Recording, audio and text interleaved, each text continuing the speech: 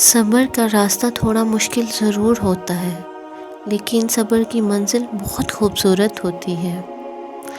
لوگ کہتے ہیں اس نے بد دعا دی ہے، میں کہتی ہوں لازمی نہیں انسان بول کر ہی بد دعا دے۔ لوگوں کے کیے ہوئے اعمال ہی ان کے لیے بد دعا بن جاتے ہیں۔ آپ نے کسی کو رلایا، تڑپایا، سسکیاں لینے پر مجبور کیا، اس کی اذیت کی وجہ بنے، تو آپ کو کیا لگتا ہے اگر وہ آپ کو بول کر نہ بھی بد دعا دے تو آپ کو اس کی سزا نہیں ملے گی؟ کبھی ہو ہی نہیں سکتا، یہ میرے رب کا قانون ہی نہیں ہے۔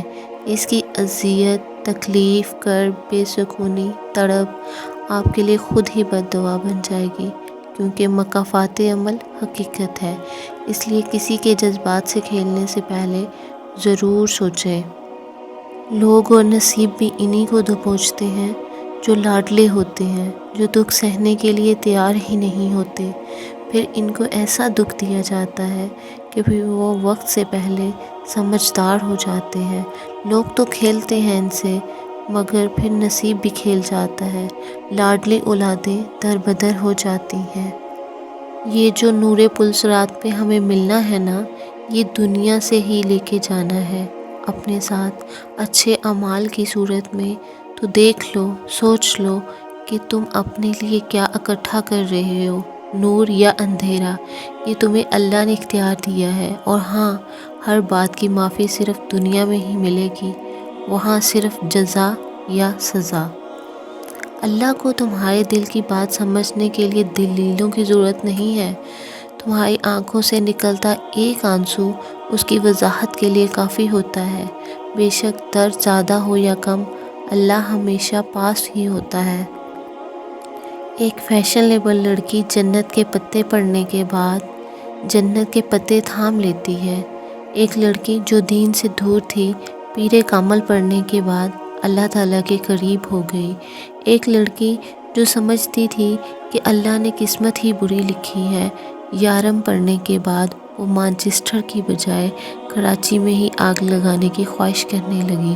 ایک لڑکی جو سال میں کبھی کبھی قرآن مجید پڑھ لیا کرتی تھی، مصحف پڑھنے کے بعد ترجمے کے ساتھ روز پڑھنے لگی۔ ایک لڑکی جو سوچتی تھی کہ چھوٹی نیکی کرنے سے کون سا جنت مل جائے گی، وہ نمل پڑھنے کے بعد لوگوں کو پانی پلاتی ہے، تو وہ بھی ثواب کی نیت سے۔ ایک لڑکی جو اپنے گناہوں کی معافی سے مایوس ہو چکی تھی، طواف عشق پڑھنے کے بعد اللہ کی ذات پر کامل یقین کرتے ہوئے گر گڑا کر توبہ کر لیتی ہے۔ سب ناول وقت کا ضیاع نہیں ہوتے، ہم جو کچھ پڑھتے ہیں ویسے ہی بنتے ہیں، اس لیے کوشش کریں کہ اچھی کتابوں کا مطالعہ کریں۔ اللہ حد سے تجاوز کرنے والوں کو پسند نہیں کرتا۔ اللہ فضول خرچ لوگوں کو پسند نہیں کرتا۔ اللہ بدعہدی کرنے والوں کو پسند نہیں کرتا، وہ یقیناً گھمنڈ کرنے والوں کو پسند نہیں کرتا۔